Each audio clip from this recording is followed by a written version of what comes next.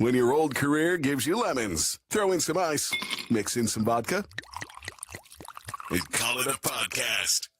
From the Mac of All Trades studio in Fairport, and driven by Victor Chrysler Dodge Jeep Ram, it's Billified, the Bill Moran Podcast.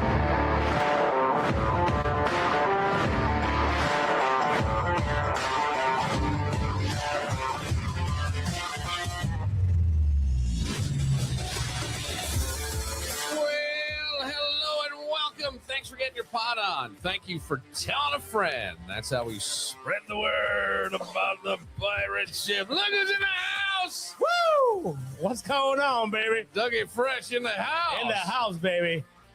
Oh, I don't like it when you're rattled. Yeah, it all kinds of, you're concentrating on the board that wasn't working. I didn't even get a hug, and you just focused, sorry, dialed buddy. in. We didn't even think we were going to do it.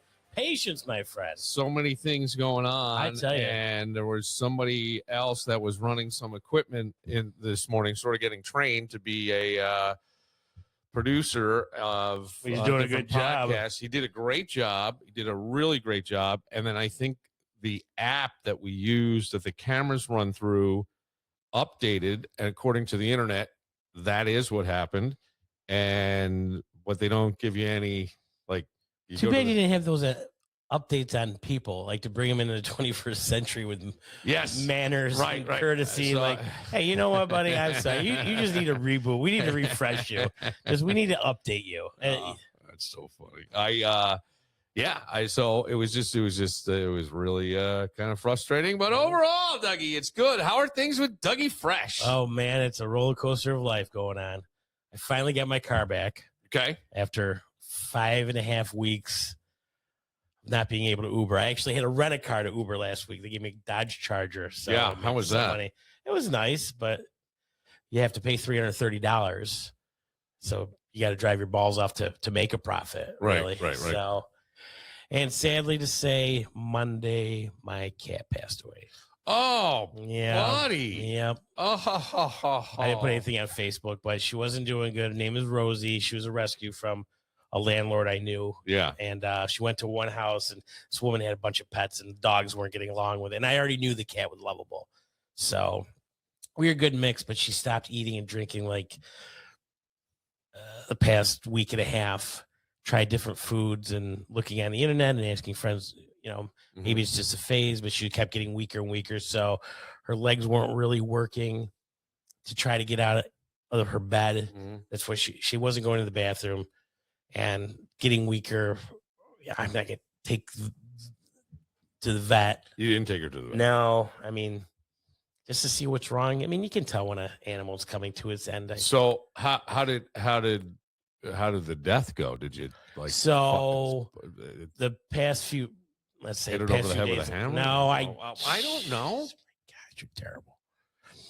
So when I put my recliner in, you can hear the feet go up, and that was usually her call to come in, knowing it's cuddle time. So a couple times I heard her bell go, but her legs weren't working to come in the living room. So Monday, I heard a couple whines from the kitchen where her bed was, and she couldn't move her arm to get comfortable. So I got her blanket, I put her on the blanket, I put her on my lap. This was at 4:00, and I just petted her and brushed her all day. And she went, she passed away at about 11 o'clock. Took her last breath. And with you? Yeah. You just holding it there? Yeah. Wow, that's devastating. Well, I didn't take her lollipop. They said, well, if we think we can save her, we will, but you don't get her back. And I'm like, why? Because maybe they think you're a bad pet parent or something, or they'll get her somebody else. I'm like, well, I'm not going to give her to strangers. I mean, if you can help, you can help. But if not, and then I was thinking as she was gasping, taking her to the emergency vet in East Rochester and having her put down. But at that point, yeah, she have half an hour, 2 hours, So I'm like, look, you know what? She felt love in this house. She's dying with me. Yeah. And she did. And I had I don't want to say a coffin, but a box. And I cut some stuff. What is wrong with you? What? Have you ever had a pet? I've had several. Okay. So I had some old blankets that were clean in the basement, and I just cut them up like a bedding. And then I laid her in there and put her to peace. And then I took her to Pets at Peace in Webster the next day on Empire Boulevard. They were very nice. What did they do? I cremated her. Okay. And You have the ashes? No, I'm not getting it back. Okay. No, I kept her collar. And that was the only living thing that in your life that thought you were crushing it. I mean, true. Right? That's the only true, right? You were just crushing it. Oh wow, I'm really sorry. Yeah, well, Oh. that's a pet. They're great. I mean, we were a good fit for each other. Sure. She wasn't happy there. That pet was your landlord, your therapist, your best friend. Oh yeah, she was spoiled. Yeah. She didn't play a lot, but treats and food, and I mean obviously food, but sometimes get a little fancy with some tuna fish if I'm making sandwich. Here you go. Of course you can have some. It's kind of hard now to come home to the silence, I would think. It is. That is the weirdest part. Sure. Thinking you're going to hear that bell coming around the corner. It's like most of your relationships; they go silent after a while. Oh yeah. They're not pets and peas. You gotta call the daughter, like, hey, I'm a friend of your mom's. Well, how good a friend? Oh, pretty good. Your mom's here if you want to come pick her up.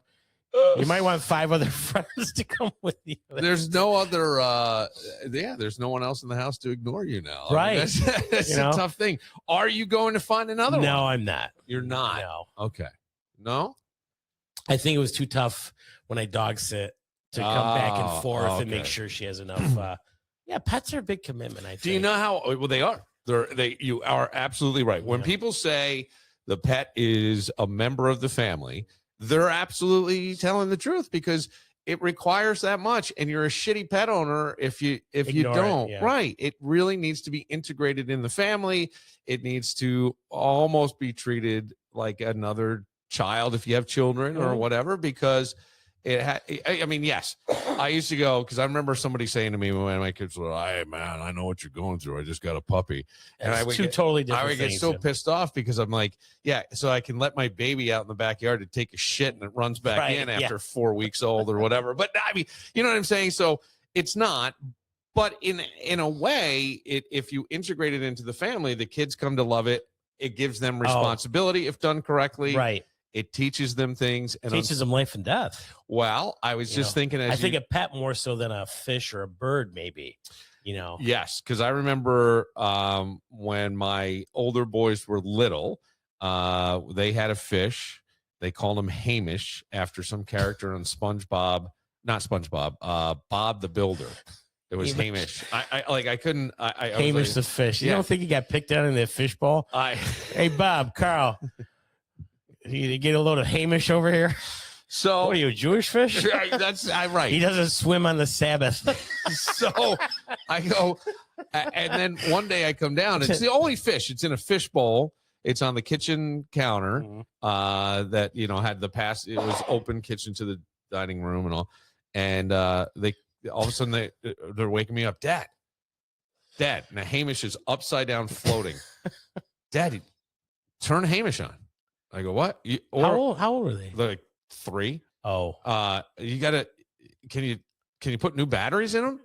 And that's what they were asking. Yeah, really? Because they didn't. To them, it wasn't a dog. It was something they looked at that they couldn't play with. So to them, it was like a toy. I thought it was. So then my wife did a big deal of, well, we have to teach them about life and death. And so we wound up going to a stream and letting Hamish go off. It was the weirdest thing to me because I just was like, just fucking flush it down the toilet. It's a fish. I don't get it. So, but in the eyes of God, ashes, dust to dust, fish to a stream. I'm going, what the fuck? Hamish was with us for 7 months. No one, and I mean no one, can say a bad word about this fish. I'm going, what the fuck?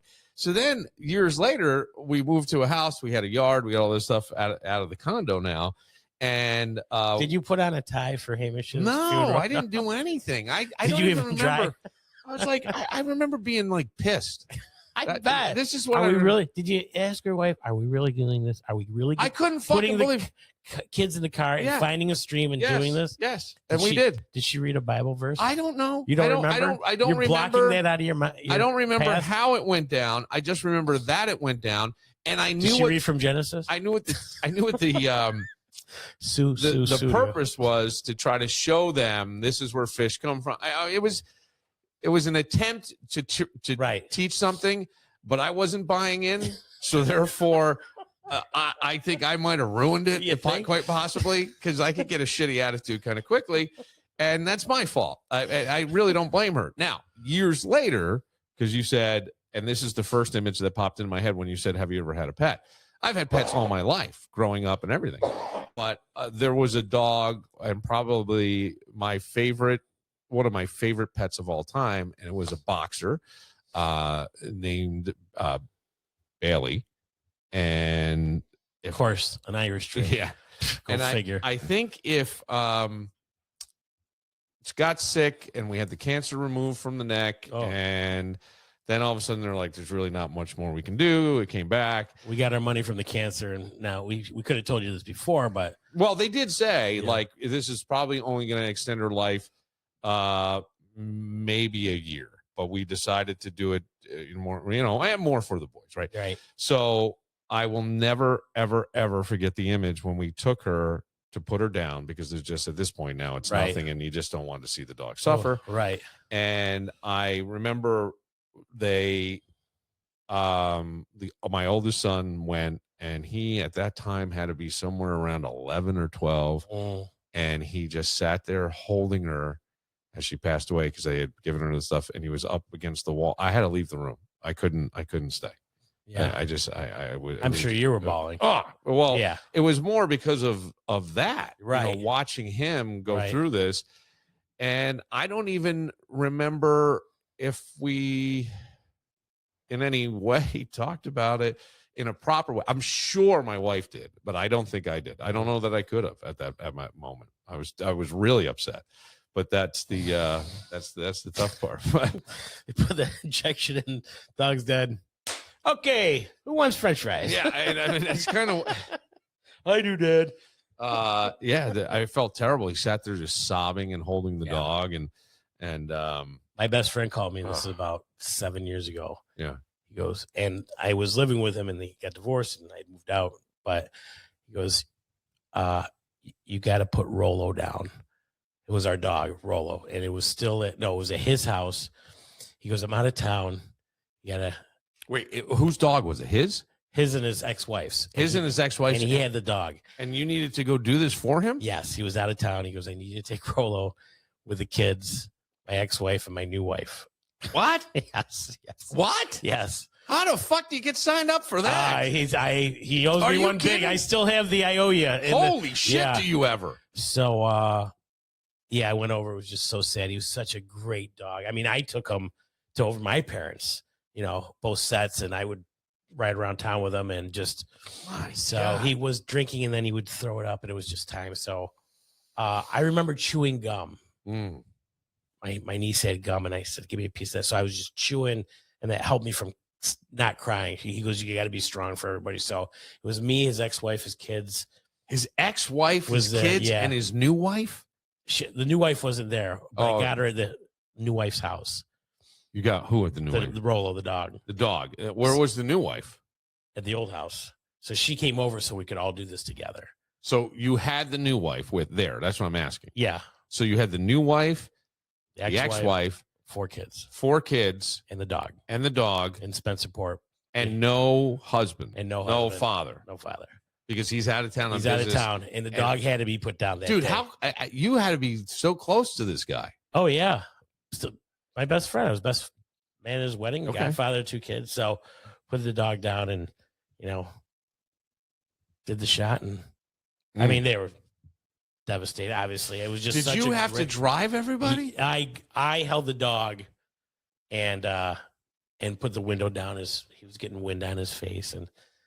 All right, you held the dog, but I mean, everybody is in one car. Yes, and you're there. This is like going to get the family Christmas tree, Holy except shit. This time, you're going. Yeah, to put but you're down. surrogate dad. Yeah, at that point. Yes. Why couldn't he just say to his wife or ex-wife, "Hey, you got to put Rolo down"? Why couldn't he just try to keep everything kosher? And just if you're there, you're a support. I was their uncle. I knew him since they were all right kids.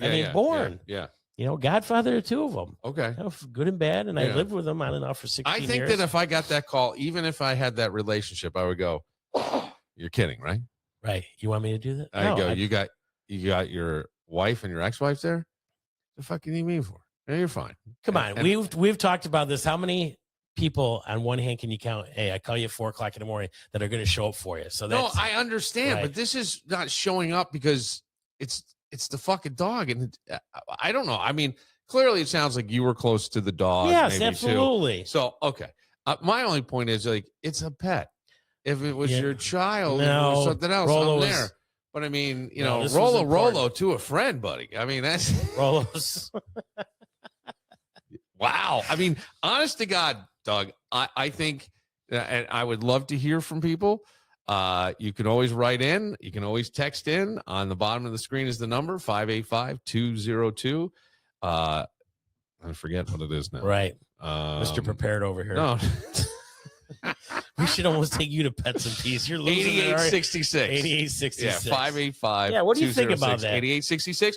Or you can email me, bill@billmoranproductions.com, and tell me. I think that is the biggest ask I've ever heard from a friend. I've been asked to cover for guys. Hey, I was with you last night. Yeah. No, that's not a big ask, though. I get. But to go to such an emotional thing, and I guess here's the thing. I'm not that close to anybody. Obviously, yes. As you're giggling underneath your breath. No, I'm just not that close. And I'm thinking that is a big ask. And what a wonderful friend you are. And I'm not mocking you. I'm serious. Now let me mock. No. Okay. I mean, I was right in the middle between, not in the middle, but he got divorced. He got remarried. Yeah. Right. The kids, and I knew the dog. And love that dog. Is he still married? Yeah. Okay. His second wife. Yeah. The second wife. It worked out. Yeah. Sometimes they don't. You're right. Sometimes they'll go faster because everybody knows there's an right. There's an out. There's an eject button. Right. On it. I know where that eject button is, baby. Keep tempting me. Yeah. Keep tempting me. I'm going to hit it. That's. No, he likes being married. He likes. I'm sure. Yeah. You ever miss being married? Do I ever miss being married? Or think about it, boy. If I was married, or something like that run through your head, you probably have too much on your mind with other stuff to let your mind wander. I don't know how to answer that question because there are certainly times that I wish my son's mom lived closer because I think there's a lot of things in the co-parenting world that we could do together. Just in terms of proximity, I think we've come to a place where we work things out pretty well. And again, maybe that's me because I can. I remember when I'll just say this, and I guess we never know how we present to somebody else, right? We think, but we don't know. And I remember early on when my kids were little, I read something, and not at Hamish's funeral, obviously. No, not Hamish's funeral. I read something that said when you interact with your children, you should put up a camera somewhere to watch yourself later on, almost like review the tape, to see how you're interacting with the kids. It sounded a little nutty, but the only thing I could equate it to at the time was you listened to yourself on the radio with your boss. You used to have what was air check sessions. So you would take your little cassette tape that had they had a skimmer. So anytime the microphone went on, it recorded. Anytime the microphone went off, it stopped. Okay. Mm-hmm. So you just had, if you were playing music, you heard the end of the song, you talk the very tail end of the song, or whenever you turned on the mic, your whole break, and then they would review that with you and give you correction. And I kind of equated it to that. And I thought, let me try this. So I had set up a camera. I think I did it once, but kind of at level. And the point was, kids are little, they see you differently, and we don't know how you present. And I thought, shit, man, that's not just with kids. That's with fucking everybody. So when I say now, like my son's mom and I get along pretty well, that may be because you should tape it. I'm not a dick. No, I just have kind of, and I would say I didn't think I ever really was. But I do know that I try now to make a conscious effort to keep the conversations, around the kid and make sure everybody's comfortable. And I don't know. I don't know. I don't know how to say that. But I think that a lot of times we come at things a little hard. I come at things a little hard. I don't know that we. The we is the wrong pronoun there. Right. I come at things a little bit hard. Do you re-listen to the podcast? I mean, I know you edited it somewhat. Do you? Yeah. You do? Yeah. I have people that do that too. So there's always notes and things going everything. I'm not kidding. I mean, I get notes about, there's been, I think it's obvious there has been some changes in terms of lighting and things like that in the studio. That is all outside influence. People that have been hired. I've never got any suggestions from you. No, I just must be doing a great job. You're doing a great job. All right. And I try to keep these, this podcast vary that, but then there are other podcasts that we're producing, and I'll get notes on those, or I'll give notes on those. So there's you listen to those too? Yeah, I got it. Oh, you do? Well, because I mean, it's your name brand that's out there. I need to have it in a certain way, and everything is always like. Do they videotape it too? Do they see the bill of fine? No. They don't videotape it. They do. They do. Yes. What do? They put a cloak. We have backdrops. If you look behind you, you can see the stand there. Oh, okay. And so we will put those up every once in a while. If it's somebody has their own logo, we can put that there. And that would be more the host chair. And then I'm trying to step away from that side of the business somewhat.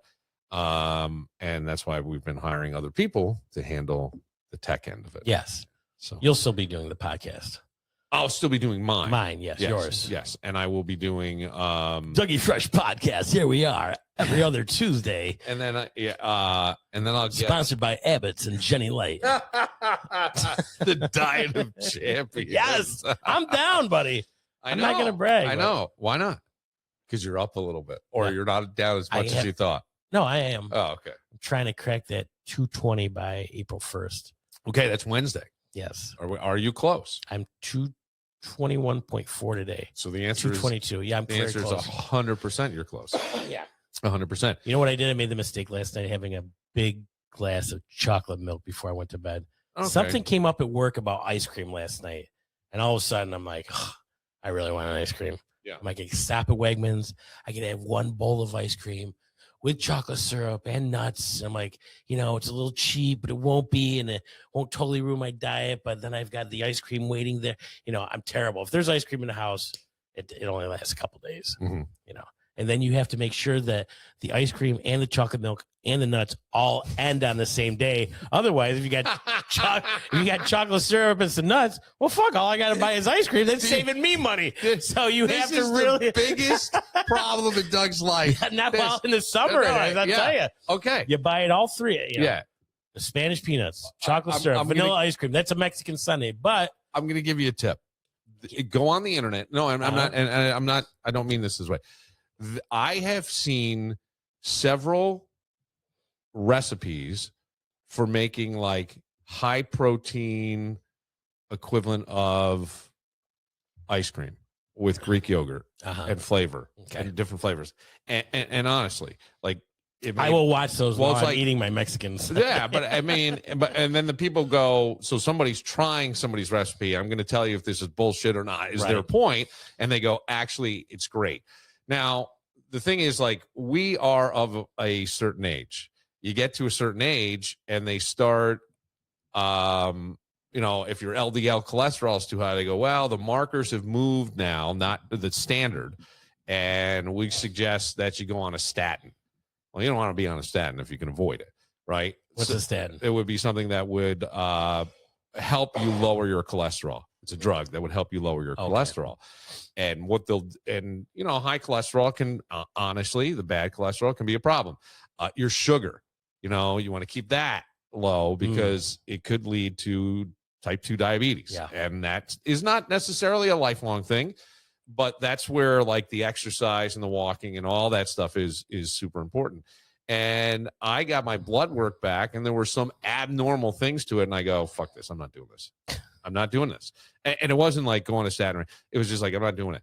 So I had been thinking, and I don't know if it was conversations with you or other people that I'm like, you know what, dude, this whole thing is, it's been a whole change in the past, year for me. If I go I usually clock my years from my birthday back to my birthday. That's how When's your birthday? Clock. It's late August. Okay. So I usually think there, and I started the grad school program right after that. Right. So, sort of. in an odd way, but it's going well. It's a lot of work, but it's going well. And the podcast and the changes that I've made there and the different things, and so I clock my ear there, and I'm like, I don't want to be this way. We did one of the things was, you heard a phone call I just got. It was Damian Mulcahy calling, right? And we had one of the new influences is someone who's also handling the social media. So that person had said, I'm gonna throw some really ridiculous, stupid things at you, and you can't say no. For what, the podcast? Yep. Huh. And I said, okay. So one of them was me and Kevin, who was in here to dance. Okay. Well, I danced and I saw my fucking gut come out, and I'm like, thank God I'm back at the gym. And and the thing is, like, I don't expect it to be a quick thing. I really don't. Right. But I am down like 15 pounds, which is very telling. Drinking less, right? Men can lose that weight fast. I expect it to plateau. I've been through this before. I'm not looking into, but it is one of those things where you're like, yeah, I have to make these changes. Like, I can't eat that shit anymore because don't. And you had the 15 to lose. Guys, generally have that. So like, I'm 15 down. Yeah, it's been 2 weeks. And when I was doing more boxing and stuff, I was 190. 190 is a weight that a lot of people said I looked emaciated at. I went up a little bit to 200, and I remember people going, man, you look great. This is like the best. Yeah, wow. So, but 245 isn't good. 230 isn't great. You're 50 pounds at one point. Yeah. 55 heavier than you were at the 190. And that was just a couple of years ago. Just a couple of years ago. Yeah. So you don't. Well, I'm at January 250. And the second week into January, I said, well, I'm going to just go on a protein. So wait a second, dude. You have lost over 25 pounds? Yeah. You can't, you can see it in my face, a little bit in my neck, but I always wear sweatshirts now because it's winter. So if I lift the sweatshirt, But congratulations. And I mean that. Yeah. I mean, wow, you went from a fucking baked potato down to, good for you. Yeah. That's still coming off. Well, and look, I think this is something that guys. It's all stuff that we know how to do. It's eating less, eating right. I've been doing don't get me. You laugh. No, I'm not. Steak and deviled eggs. No, I laughed at that because it's your deviled fucking eggs. Right. I know that's why. Yeah. No eating after 8. Yeah. Cream and sugar in a coffee. No more. Yeah. Just black. That helps you lose weight. Yeah. You want something else that can kind of help you lose weight? What? Sex? Exercising? Yeah. Exercise, walking in general, if that's what you're saying. But to add to your coffee, I like this. Some people don't and may be grossed out by it. So do as you please. What? Yogurt? No, I put coconut oil in there. And that will start to make some shit slip and slide. No, thank you. No. Yeah. I don't want to. I mean, you fart, there's a friend coming. No. It's an orchestra. No, I don't want to be stuck on the road Ubering and then all of a sudden. You wear a fucking diaper. Hey. Right. Good thinking, Bill. Because that's what I want to talk about on the podcast. How's your week going? Well, I shit my pants on Thursday, and I had an Uber rider, and all over the place. And Delta Sonic is not covering that bill. All right, we'll take a moment, but good for you, honestly. And I hope you, in some way, recognize and celebrate. That's a pretty big achievement. I mean, and when I get to what I want, sometimes I just. Yes. I don't want to tell people stuff because the jinx or the bragging. Wait till people start telling you, asking you if you lost weight. Then say yes. It's not I've lost 10 pounds. Right. I've lost 20 pounds. Big. If you can't see it, then you still got a ways to go. It's not the even the bragging stuff. I think it's one of those like where you take your foot off the gas. Because people start going, Doug, you look great. And so you're not to the weight you want to be. I have my goal in my head, whether I can get to that or not. I still think I can. Yeah, I think you can too. I think if you want to, you will. Because when I was in California, I hit 200. I'm like, oh God, I got to start working out. And we get down to 170 and then creep up. Now, obviously, this is the heaviest I've ever been, 250 pounds. 20 years ago, a fucking bowling 25 years ago, 200 was heavy for me. Right. Did you just stop caring? Or are you getting older? You've got a doctor, right? You just said Dr. Vinny Bumbatz. No, I thought you for real said I got to call him, make an appointment. Yeah, you still haven't done it. Yeah. All right. When you lose the weight, go. Yes. Once it's down. Yes. Once you get to where you want to be, go get the blood work done, see how everything is. And I bet you it's great, but it's consistency. It is literally a lifestyle change. And this is where people get angry at me because the GLP-1s, they can do a wonderful job. I feel like sometimes I'm misconstrued on this. And I know that it helps with inflammation. And there's a lot of people who also, weight and sugar and things like that do increase your inflammation. Diet for sure. But I sometimes feel like if you're not making wholesale changes, it doesn't last. Right. And this is something There's been those quick fix things. I mean, I understand it's all over the news. And there could be people that are Oprah doing with wonderful. the Jello. Remember that? Yeah. I had an aunt that did that, and she lost. She was 300 pounds, and she lost 150, 200. And that's amazing. And she stopped it, and it all came back. Right. And so the same, and so all I say was some of the GLP-1s, they, it's not the same as somebody who can't create insulin that need these things. It is you to lose weight. Is it sure. Sometimes I'm hearing you have to be on it forever.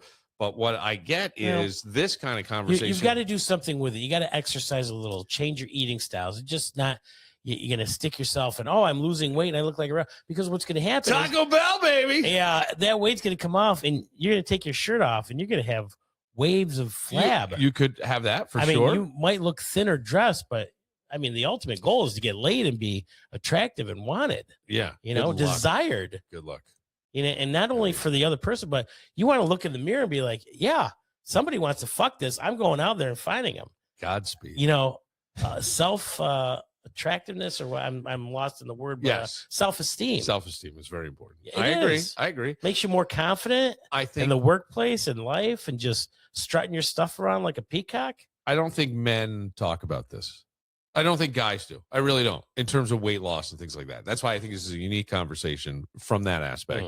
I think you should be proud that you lost 25 pounds. You should keep going, you fat fuck. Yeah. And you know what I do? I like that you're doing it. I wrap 10 of my DVDs in each hand. And because I have so many. I also think that the diet and exercise conversation used to be kind of one of these ones that people would sort of bristle at, don't tell me what to do. My body's fine. Well, I want to keep that because please go do it. Especially if, let's say you're taking the GLP-1 and now you actually feel like you can move. The inflammation's gone. Go take that walk. You got to start. And continue to do it. I can't do push-ups. You can do one push-up. No, I can't. Do one push-up. Tomorrow do 2. Next week do 5. Doug, I wish I could have filmed this guy. I was at the gym. Old guy. I don't know how old. I'm going to say somewhere in his 80s. He could have been 90. He's doing incline push-ups with bars on his handle. So his feet are up on a box that people jump on, one of these big cushions. His feet are on that, and he's got 2 handles, and they're on wood, which was weird. And he's got them out, and he's just cranking out push-ups. And I'm like, holy shit. That is dedication. He's probably doing it. I don't know how, 50 years. You had to see, he's this skinny, he's got some saggy, just age skin, right? Age skin. And I go, look at this fucking He's got guns like Navarone? No, not really. Not really. He's more a wiry guy. And I don't think it was just part of his routine. It's one thing you see somebody in gym and, you're working out and that's great. And then somebody that's been jogging all his life. And what happened to Bob? He dropped out. He was on he was jogging. He died. Well, I'm not fucking exercising. And they go meet Bill for a beer at Mulconnery's, or however you call it. Mulconnery's. We'll take a moment and we'll get into one of the greatest athletes on the planet. Okay. We'll get to that. We'll talk about me. Right after this.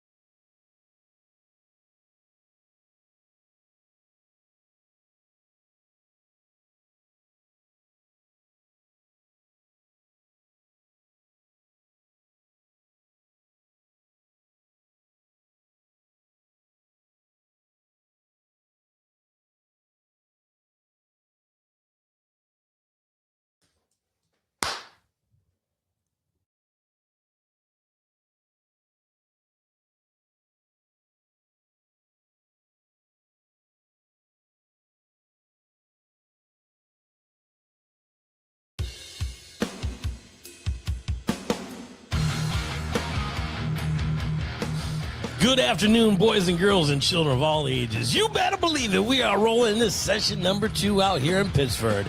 You know who you got, the one, the only, the hip-shaking, money-making, tower power man of the hour, 24/7, the one your mother warned you about, Dougie Fresh in the house, baby. To my right, the man, the myth, the legend, 6'2" and eyes of blue, the admiral of the airways, the Poindexter podcast, the one and only Mr. Bill Moran. Woo! Wow, look at that. Dougie Fresh. Oh, yeah, Dougie buddy. Fresh bringing it in. That's the way it is. That's the way it is. I had a bride and groom over the other day. Yeah? Yep. Talked Threesome? about their wedding. No. Oh, talk about their Not wedding. that wild, yeah. Slated for June I 28th. mean, the cat's not there to watch anymore, so. You're right, yeah. No, the cat was alive. It was Sunday. Oh. Yeah. Okay, She just hung out in the kitchen in her bed. But I tell you, the things I've been hearing, I'll tell you What off air. The outrageous prices for, and what you're not getting. yeah. Like $2,500. And I don't think that includes a photo booth or anything like that. They're paying almost $400 an hour. And you don't get to pick your music. Wow. Yeah. Yeah, that Just- sucks. I'll be there, and what you get is what you get. I'm like, I can't, and I'm hearing it from enough people that I don't know. Maybe that should be my thing. I mean, I do a good job, but I think about the comedy or something going on or moving, and it's tough for me to not focus on one thing. But this is going to be it. I'm all in for this. Yeah. I always have other things I'm doing, so maybe that should be it. I mean, it is. Which is what? Just DJing weddings. Yeah. I know one friend, he does like 114 a year, and he's being hired by a DJ company just to go in and press play. Yeah. Really doesn't do any announcements or anything. And I'm just like, really? Yeah. So somebody's booking the weddings. They just throw you there. They give you the playlist that the company provides, not that the bride and groom provide. And I guess every now and then he'll throw in a song or take a request, and he's getting paid. Obviously, the DJ companies get paid. I'm like, but is it really how you want your wedding? It's your wedding, your songs, what you don't want. This girl absolutely wanted no line dancing whatsoever. Right. No cha-cha slide, no Cupid shuffle. Yeah. And I gotta be like, well, you're having 125 people. How about Cotton Eye Joe? We're gonna do a little block. Okay, Cotton Eye Joe's fine. The Macarena's fine because she knew it. But other than that, I'm like, that's fine. It's your wedding. You could have all Led Zeppelin if you want, but you might want to throw a few in to make your crowd happy and get them on the dance floor. Yeah. And was she open to that? Yes, she was. Okay. Yeah. Yeah, there you go.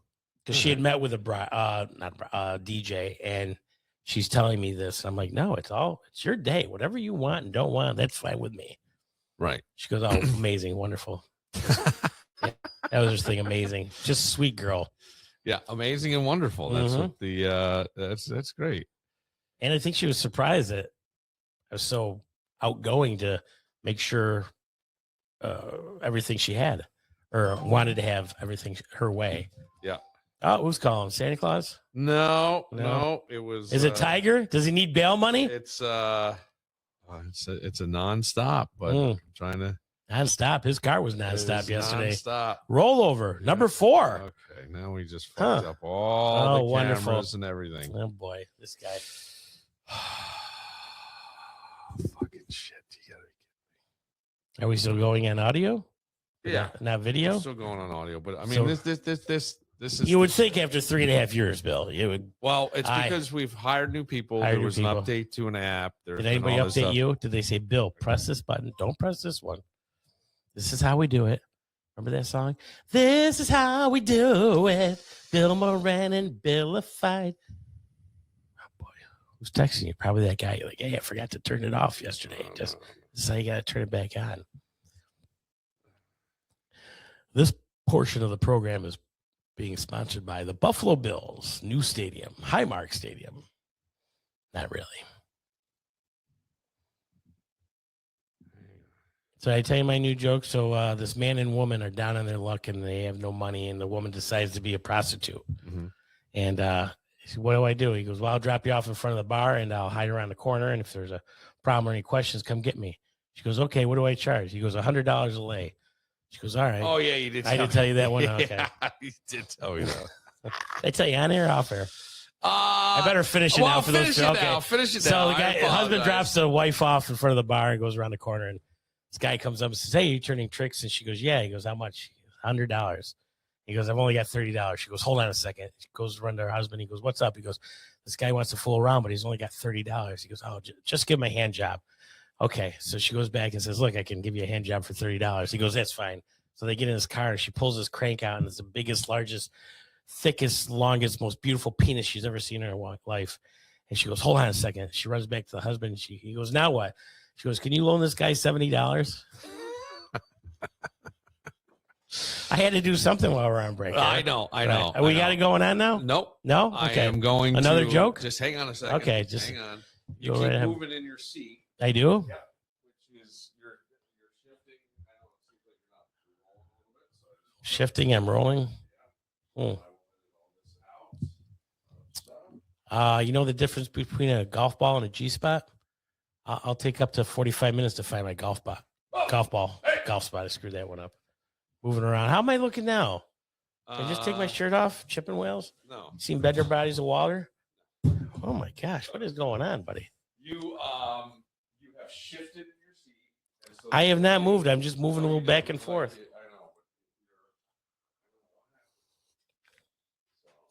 Bill is working on lighting to make me look good for the whole 32 seconds anybody's going to see me on YouTube podcast, but he's meticulous, and you know there might be trying to make it look good. Yeah, buddy. That's all. We're just trying to make it look good. Okay.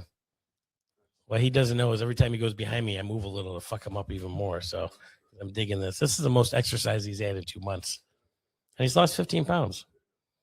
You sure you just didn't wear your winter jacket when you stepped on the scale? Oh. Okay. Are we back? Um, Recording, right? You didn't put me on pause. That reminds me. Polar Bear walked in the bar last night. I go, can I get you something? He goes, yeah, I'll have a Jack and Coke. And I said, why the big pause? He goes, I'm a polar bear, you dumbass. Whew. If it was summer, you'd be hearing crickets.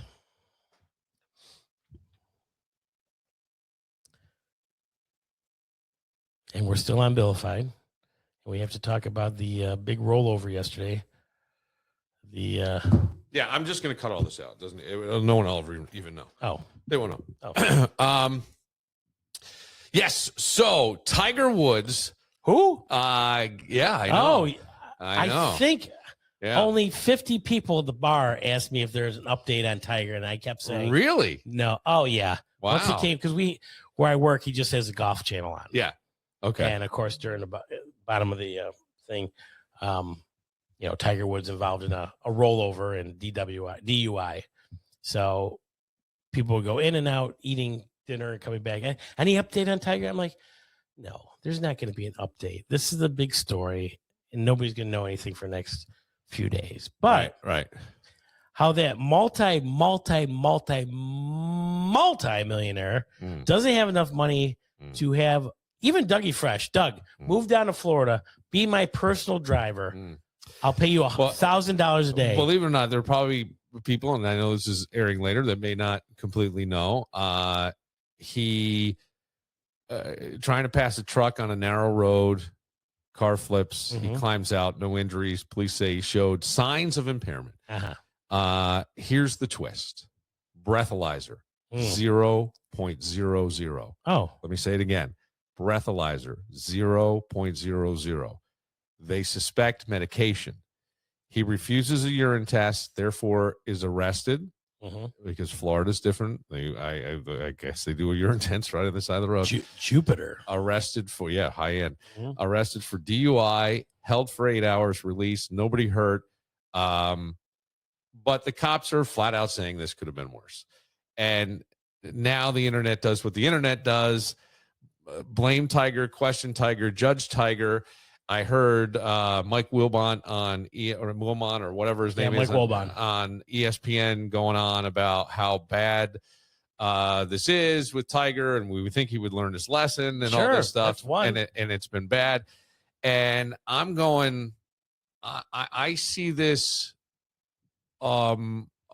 differently. I'm not saying that it's wrong, but I see it differently. I'm going, this isn't just a guy messing up. This is a guy who had to apologize for cheating to the world. At the Masters, correct? I don't know, but he had a press conference for the world. There was a press conference where he walked up to a podium. Brian Gumbel was talking about this. I watched the Tiger Woods. It was on his biography. Okay. And the Masters, he apologized there to his mother and everybody. And Brian Gumbel's like, it may fuck you. He goes, I wouldn't apologize. Why are you? This is my point. This is my point. I don't know where it was. I don't know. I just remember watching it. There was a room that's where it was filled with hundreds of people. His mother in the front row, and he walks up to a podium. I've never, ever, ever, ever seen anybody have to do this. He apologized to the entire planet. I mean, it was like a parole hearing to me. Like it was his mom right there. And he has lived under a microscope since he's been it's terrible. 2 years old. Yeah. You know? And what I'm thinking is we don't actually know what normal looks like for Tiger. No. I just don't. And because I don't know that he's ever had a normal. I really don't. Now I agree. Driving drunk or impaired is absolutely the last thing you should be doing in 2026, especially for anybody. But especially if you have that kind of money, just get a personal driver. But maybe have a bodyguard. He's a bad driver, apparently. Apparently. But look, I said for years that accident that happened when he was racing out of somewhere in California, going through the canyons, and he went off the mountain, right? Yeah. And that they should have taken that Hyundai Gemini, because it was the Hyundai Gemini Classic, whatever it was named after the car. So they brought the car. They should have taken that beat up car and put it on display fucking everywhere for every golf tournament they did, to go, this guy walked away. This is how safe our car is. Here's what he did. Here's where he went. He walked away because of our safety standards. I mean, I got to think that there, everybody said, I don't know how he survived that. Right. Going down. I mean, they needed a crane to come in and get the fucking car out of there. I was like, you should have absolutely, absolutely done that. And I say, how has this not happened more often? If he's that bad a driver? Not with that he's that bad a driver, but if he's on drugs or popping pills or whatever it is? With everything. Right. You know, because people instantly go, and we've said it here, right? He should know better. He's done this before. What an idiot. And I go, I don't know. This is complicated. He blew a 0.00. Did he take a muscle? He wouldn't take a urine test. Yeah. I mean, it's like everybody tells you not to. So don't blow or you're getting arrested. Right. And he did. So now they're like, well, look, urine test. I go, okay. If you're getting pills, that whoever's selling to you, hey, you can blow, but don't take a urine sample, because he had to ask some questions. I don't think that. I mean, if you're a barbell and you have 2 beers the first hour, then 1 beer, every hour after that, by law and weight, you should be okay to drive. Sure. We know that. Yeah. Right. From years of. Right. I don't think anybody's selling Tiger illegal pills. I would find that really hard to believe. I think that Tiger probably has still, I mean, the guy's held together by titanium and duct tape these days. Mm-hmm. You know what I mean? I thought he was going to play in the Masters. Well, he was talking about it, but I mean, he even said, it's amazing how many guys get their dick hard from thinking Tiger's coming back. Yes, that's my guy. Yes, he's going to do it. Yes. He's coming back, because we all want to see the hero. We all want to see the hero. I mean, and that to me is like kind of the whole angle with this story. We don't want nuance in a story. We want a villain. We want a headline. We want a hero. That's what we want. Somewhere in there. Everybody's waiting for Charlie Woods. Yes. To play. Oh, sure. And he's going to be just as great as his father, but you can't replicate it. I mean, I hope he wins 12 championships. I have nothing bad to say, but when Tiger came out, it was just. Yes, boom. It was. And everybody. It was. I wasn't on the Tiger band. But the thing is, like, Tiger doesn't fit into any of these categories anymore. He's not the hero. He's not really a villain ever, I guess. Be. I mean, Tom Watson, his last 10 years, when he was in the running for a championship, people rallied for him, because it was like your father, your grandfather winning. Right. And it wasn't that often, too. And all of a sudden, Tom Watson, I know that name. Yeah. I watched him for 40 years. Sure. He's -4. He's tied for the lead. Right. What? Yeah. Well, we're not doing anything tomorrow. No, my father's 80th birthday. No, we're watching it here tomorrow. I'm not leaving the house. I mean, yeah, stuff like that. I mean, if John Daly came back, was on the Masters or something like that. Sure. I mean, it would be the same thing. Yeah. Look, I just think it's just what you root around, right? Right. But Tiger has had it 100%. And it's also the fact that we're getting older. So to see one of the guys who was young and do it as an older guy. Absolutely. Hey, that's it. But we're talking about a guy who's had more surgeries, more comebacks, and more apologies than any human being. If you haven't watched that that biography on Tiger, it's on HBO, I believe, and it is impressive. Yeah. But that apology was at the Masters after he got caught cheating and everything. His mother and wherever it was, I just remember that it was like I was watching it. Okay, I was surprised that Brian Gumbel was here's my point. Against it so much, and I couldn't agree more. My point just being like where it happened, I don't know. All I know is that it was an apology on, like, they broke away from daytime programming to go to this press conference. Okay. And I'm saying, and to myself, I'm going, no human being has had to do that. The fucking Catholic Church hasn't done that. Right. Do you know what I'm saying? I know exactly what you're saying. So that's my point, is like, this guy, we have no idea. That's why I go, it's complicated. And look, the internet, it's very easy, and everybody's going to agree. I mean, the guys on ESPN, everybody, he's shouldn't have done this. News. He's the headline, right? Absolutely. But for so long, and like you say, he doesn't know what normalcy is. Well, the thing is, like, to me, this is we act like him making a bad decision is amazing, and I'm going. Well, same with Justin Timberlake. I mean, don't. Yes. Well, that one, but he was drunk or at the point. So here we got a guy who blew 0 on the breathalyzer. And I don't know. The thing that I mean, look, Tiger's like, what would be great with being the most famous athlete in the world? How about a secret second life? And when he was fucking all these other women, you know what I mean? Okay. So we got a guy who is open to bad decisions already, is kind of the, well, I know he should never have got married. I mean, he's the most popular guy in the world. And they had 13 women on Jay Leno, and they came out with 50 more. I mean, that's not even scratching the top of what there was like 60 something women at the end that we know of. But the most popular guy in the world. I mean, but we're going this. But my point is, we don't think he makes bad decisions.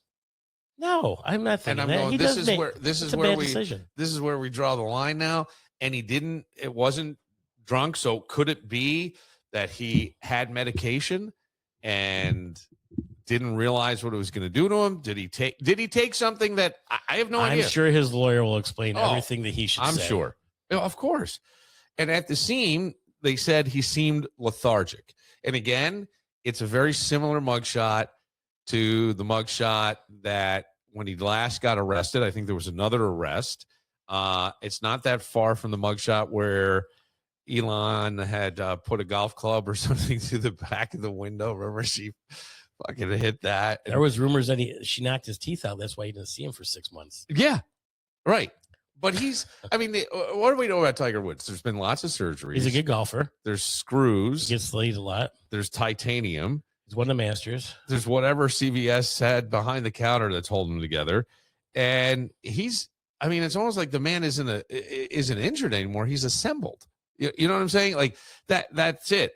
Look, I don't want to be the guy that's defending Tiger. He could have killed somebody, right? That could have happened. You misjudge going around that turn, or let's say there's someone on a bicycle that you're not seeing as you go around the truck. Any number of things, and that matters. But if you think this is just a guy making a bad choice, that's where I go, you're missing the bigger story, because the real question is, what does life look like when you've never been allowed to really be human? And I don't know how this guy just goes through life. I don't know how he walks around.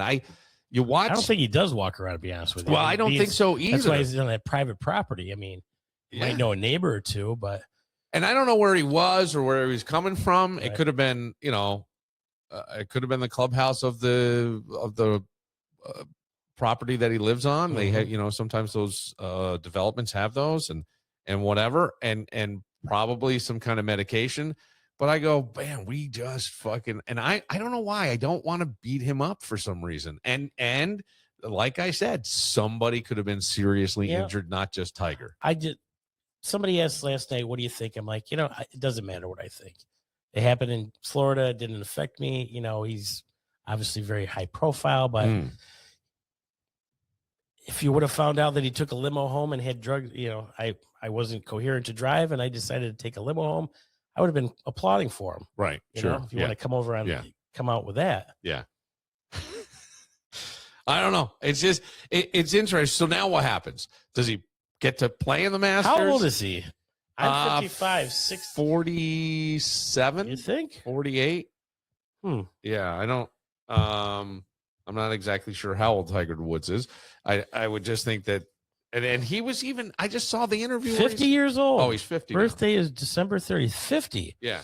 I mean, you look at Nicholas and Watson and Norman. I mean, they were playing into their 60s. It is because of the injuries why he's not playing more. And honestly, I would have thought he could have won a couple more. A lot of people did. Yeah. I mean, look, when he won and he goes up and scoops up his son when he won the Masters more recently, that was a huge story. His net worth is $1.5 billion. Yeah. Call an Uber. I get it. But, in that moment, maybe you took pills and you think you're fine. Who the fuck knows? Maybe you're just tired. On your fourth time? I mean, come on. If you're taking pills before, you're taking pills again. Same way when you and I go out drinking. Doug, you want another one? No, I got to go. Right. I had 4 beers, 2 shots. I'm fine. I'm going to get home now. Yeah. Before it kicks in or whatever. Right. I don't want to, because anything after that, I got to Uber and I got a big day. So you're making a choice as well. We all do. Anybody that, I won't say we all do, but if you drink or have fun or gummies or smoke weed or. Yeah. I mean, you're making sense. I'm just saying that I just don't know how this hasn't happened more. You would think this guy would need an escape, and being drunk or high or something is certainly can give you that. Well, same as rock stars, probably like a rock star. But when it comes to pills, I'm just wondering if it was, I don't know. I have no idea. Could he have taken an Ambien, which is terrible, and you shouldn't have done it? Something will come out at some point. We'll find out more. But I do find it interesting that he's on the news every hour on the hour. Well, Have you found out anything? No, there's no more developments in the Tiger Woods case. I'm standing by the spot where the car is. Look at it. He had to be moving right along. He's got 15 majors, 5 Masters, 4 PGA championships, 3 U.S. Open, and 3 British Opens, which they call the Open now. Right. Professional wins 110. Yeah. Number of wins by tour, 82 tied first all time. Got to be with Nicholson. So, I mean, what do you think? Bad move? Oh, yeah. Terrible. Yeah. Terrible move. Bad for him, bad for golf. Bad. Does it tarnish his image? To me, this is if I was a little bit. I mean, everybody was expecting him and wanting him to come back, and you hear Tiger and he's going to be the Masters. I'm going to root for him. I mean, even if he would have shot 100, 110, right? I mean, he's still going to have the biggest crowd at the Masters following him. That's who he is. Right. He's enormous. Right. I mean, that's 1% of the planet in those shoes walking the course. It's just everybody. And I mean, the PGA jumped on him. This is our golden boy. This is what's going to take us. He's going to make us money.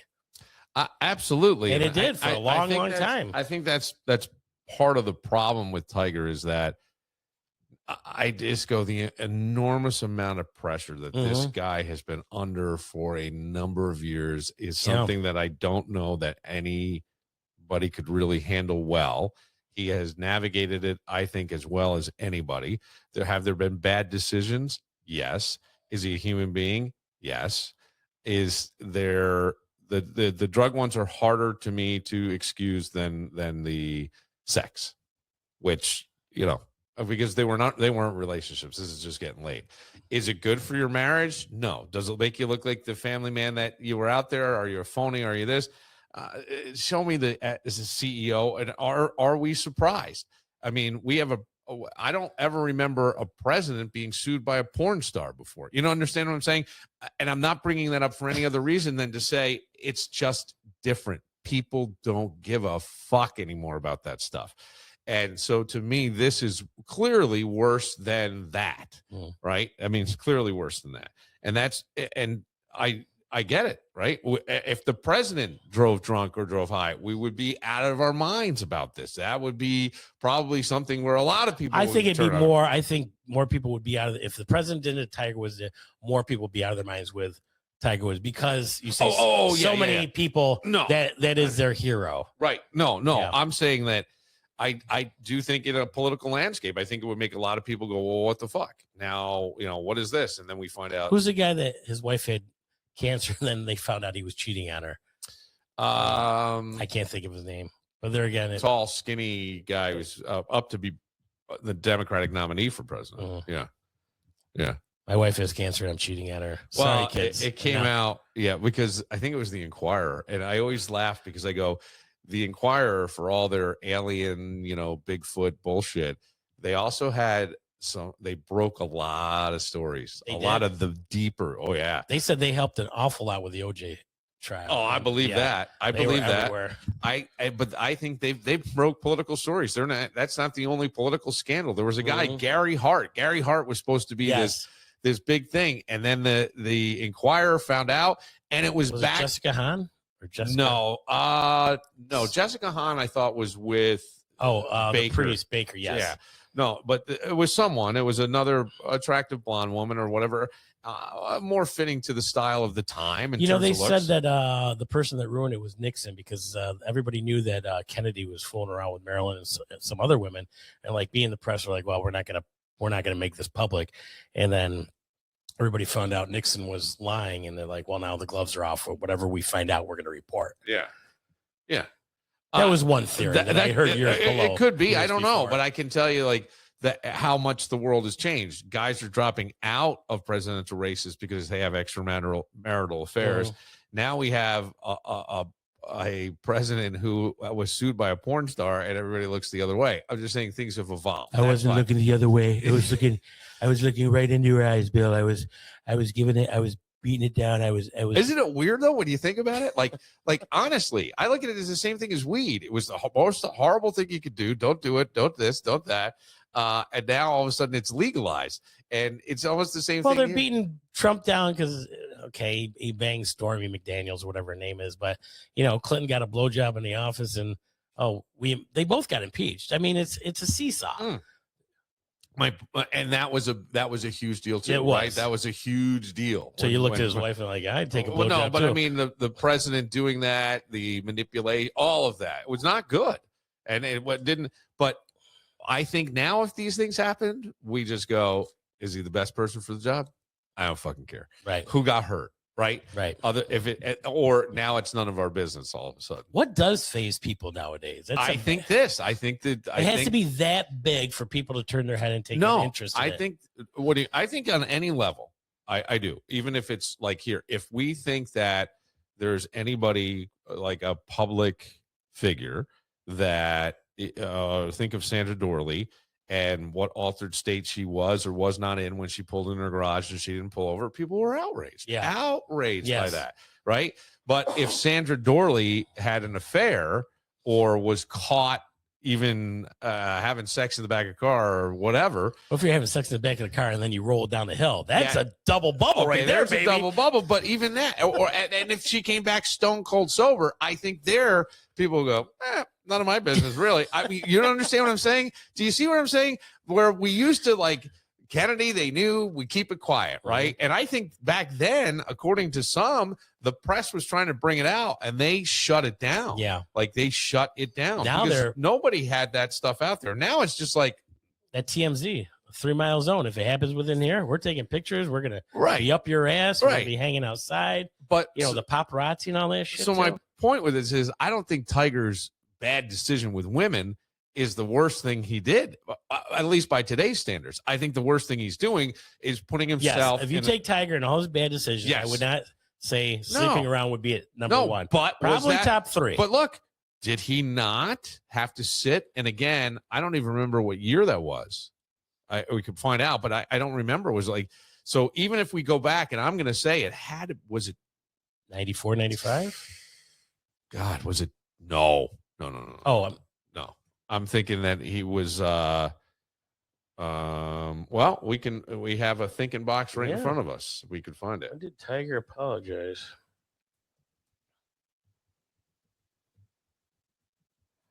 2010 delivered a televised apology. Okay, for so irresponsible, so 20 years behavior. ago. So 16 years ago. 16 years ago. Yep. So 16 years ago, we were still doing that, and now we don't do it. And they tried with Trump. They tried to make him look bad. You know what I mean?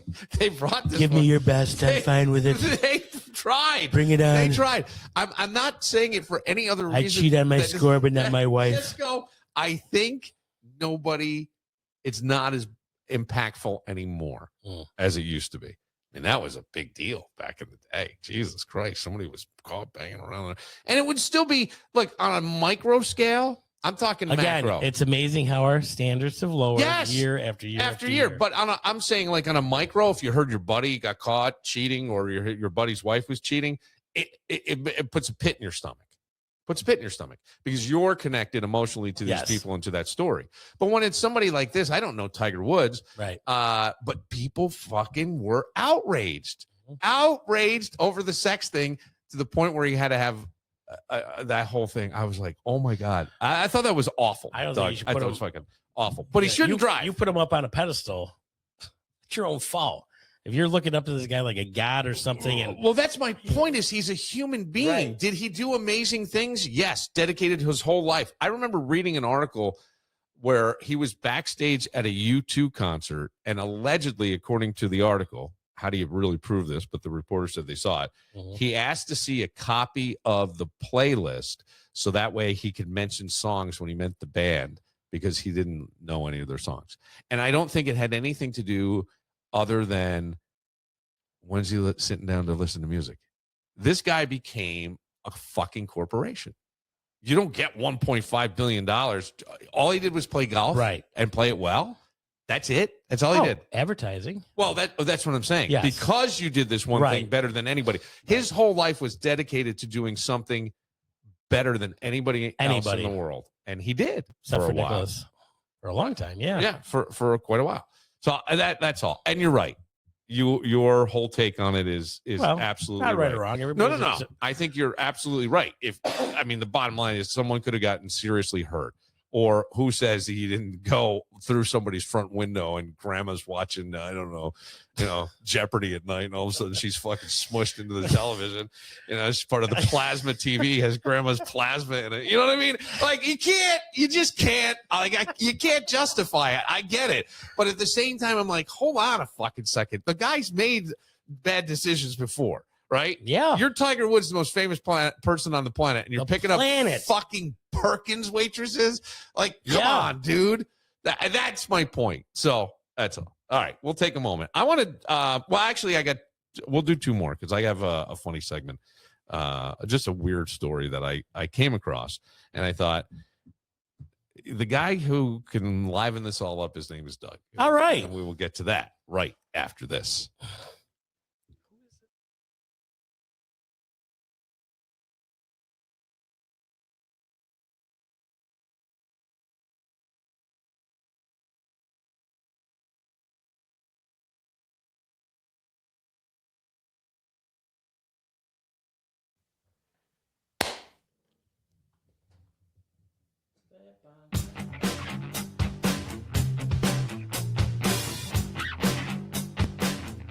Round number 3, leave it to me. Here we are once again, ladies and gentlemen. This time, keep your hands and feet inside the car till the ride comes to a complete stop. We're rocking, we're rolling, we're doing our thing on a Saturday afternoon. Billified, #1 podcast in all of Rock Cha Cha.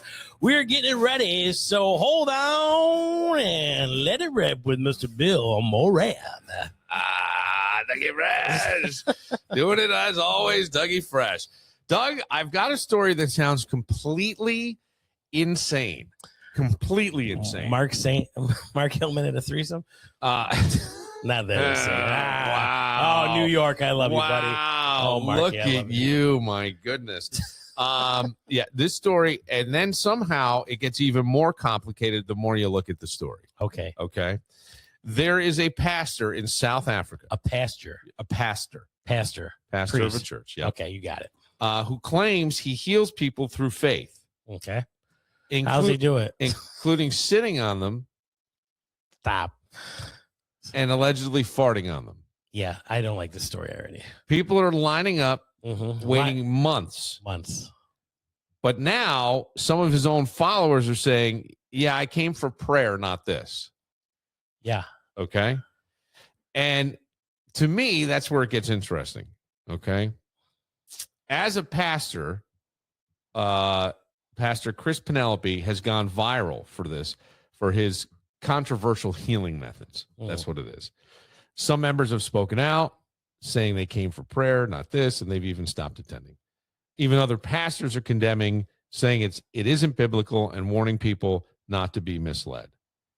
And I don't think people are stupid. You don't? Nope. I think that they're desperate. They need to be healed that much. I They know. believe I know. that a pastor priest sits on you, sits on your chest, sits on your face. Maybe somebody did something and farts, and you think I don't know. Father, the Ghost, and the Holy Spirit, excuse me, save this woman from cancer. I think that they're showing up because they're struggling. I think they're hurting. Mary, give me your crutches and start walking towards me. I think there's. What? You brought it up. I know. Right. That's what I'm about to go. They're looking for Give something. us this day, this daily bread, and forgive those who trespass. Excuse me, trespass against us. And where was I? Trespass. I think anything that works. I really do. And I go, when life gets hard enough, I really, really, really. And you tell me. Okay, what's he eating before church? Deviled eggs and chocolate milk. Is that? He's not getting gas on those wafers they hang out every Sunday. And for our communion, we'd like to sing Sue, Mary, and Bob come around with the plates. I really think that hope gets louder than logic. I think that's why some people turn to selling drugs and shit. They're just selling drugs or using drugs? Selling. I think both, but even selling. Like to just go, I got nothing else. I can't get hired. I'm not doing that. Whatever it is. You don't think so? I do, and I just think that hope becomes the hope. I don't think that's out of desperation. I believe that's out of laziness. Sometimes. But I go, there are so many programs out there. If you have a negative, I'll give you a positive. Yeah, I know. And if a random guy did this on the street, he'd be arrested. Absolutely, I mean, right? Yeah. And they do it in porn. I mean, they get paid for it. So. But if you got a title, pastor, leader, man of God. I mean, now, is that why they call them pews? Sorry. Doug. Oh. And I go, when you have those titles, people don't hesitate. They rationalize. I really do. I really think same way you said, if you have a white coat on, you don't question it. Because, exactly. Right. Because they're the ones. If there's somebody to be questioned, it should be. We want to talk about this guy, right? Absurd that he's farting. But please, somebody look at the Catholic Church. Priests were seen as almost deities, human deities. The priest coming over for dinner was a big deal, when my dad was growing up. And the fact that they got away with all this shit, like it was, he couldn't possibly. Father so-and-so couldn't he would never do that. That's not right. Because again, it goes back to the titles: pastor, leader, man of God; priest, leader, man of God. Who are you going to put your trust in? Exactly. And so maybe that's what Tiger should be. Yes. Should be. Yeah. Pastor Woods. Yeah, I know. I'm Pastor Woods.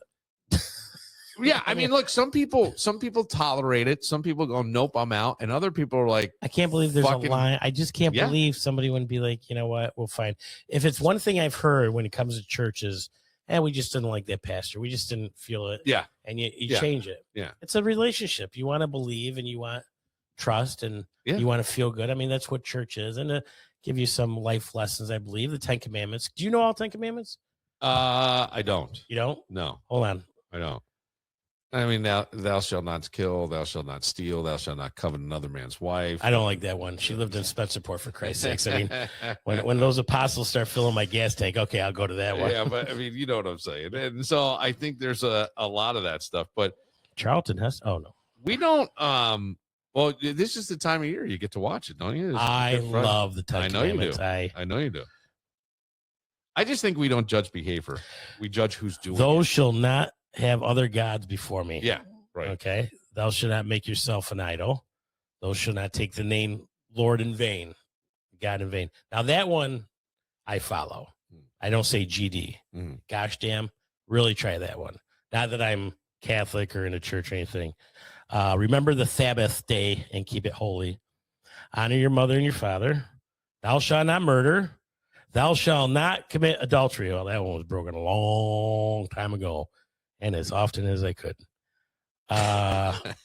Hey, if he was taking care of business. I mean, look, the Ten Commandments had to have if we all lived by them, it would be a nice, safe world. We don't. Well, there's no right drinking and driving on here. No, taking pills. But I think there's things like, you will not steal. You won't false witness to your neighbor. Well, false witness. And you won't covet your neighbor's belongings. Yeah, including his wife. Right. Yeah. I just, I think if the right person says it's meaningful, whatever it is, and I know that it's cult sounding, but look at the number of cults for a while. There are people who stop asking if it's ridiculous and they just go along for the ride. Yep. And it's that whole thing to be welcome. You got it in that circle. Yeah. Yeah. And I think everybody has a breaking point. I really do. I think like I can't take anymore. And here we are. Yeah. Fucking fart on me because I can't take this.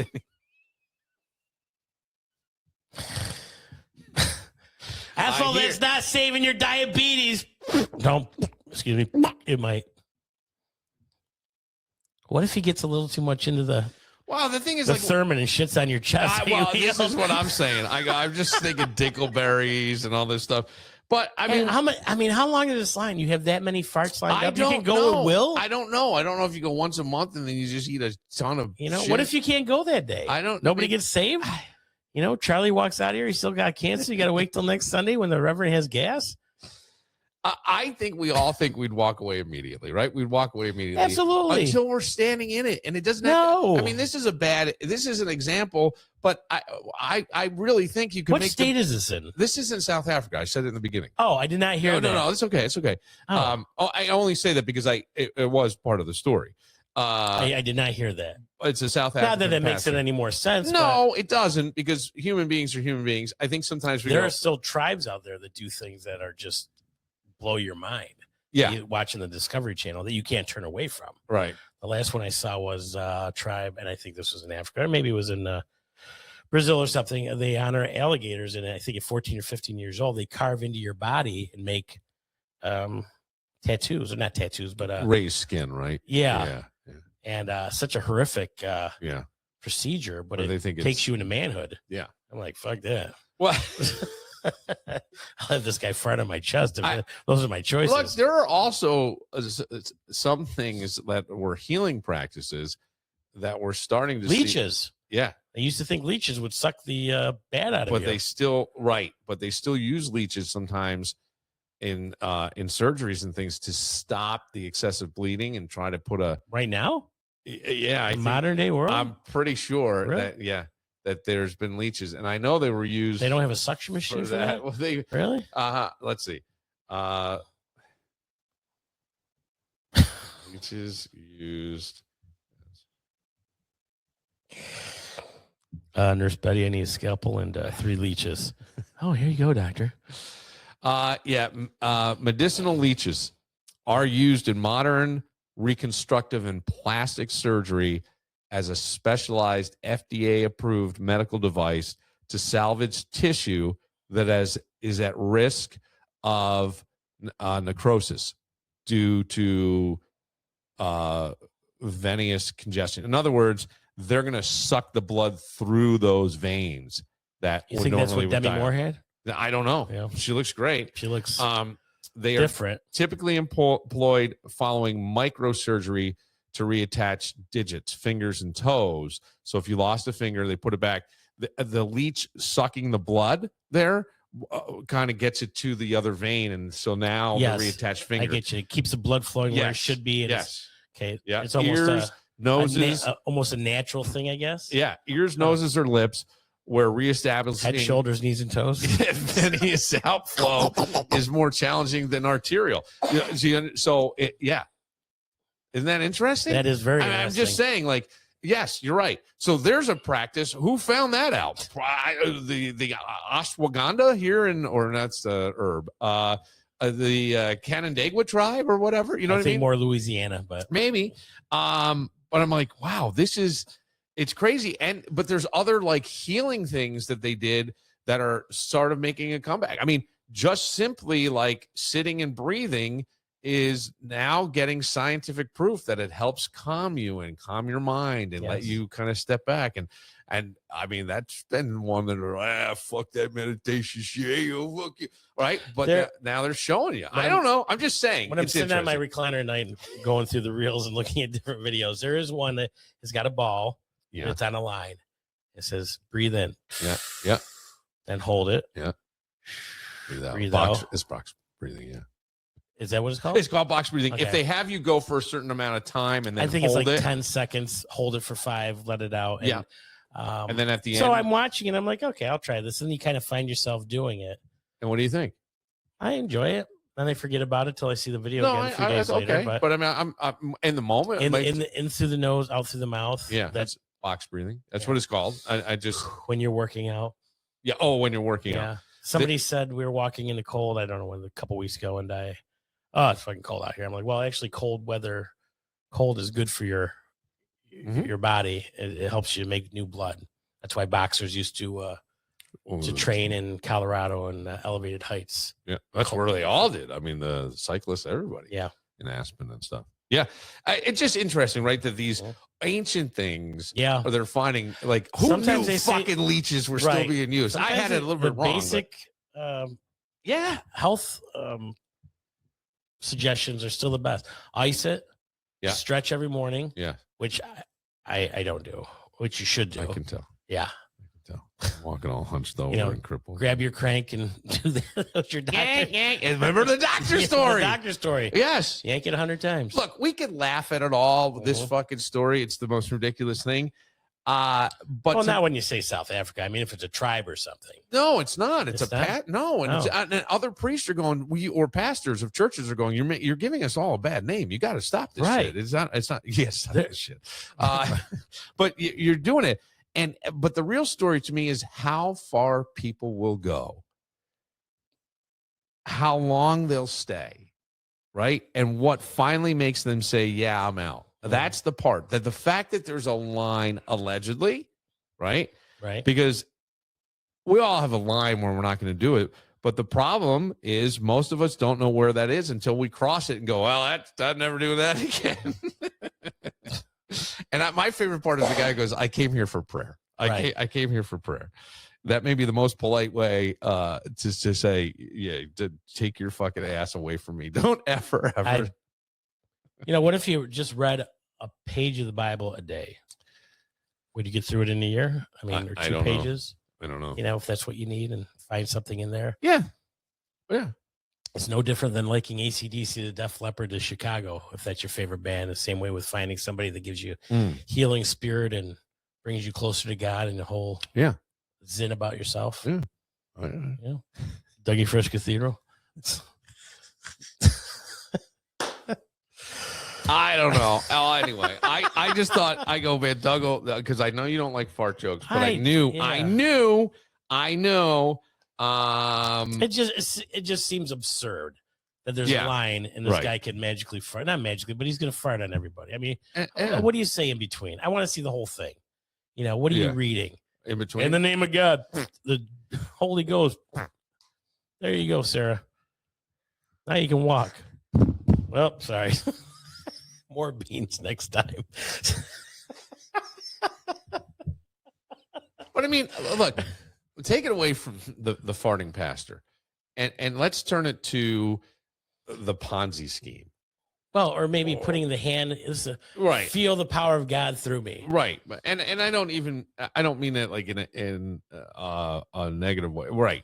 Okay. Feel the power of God through me. But my point is like, there are other things that we buy into. We believe in people who are confident and speak confidently, even to the point where in some parts of the world, they're letting you fart on them.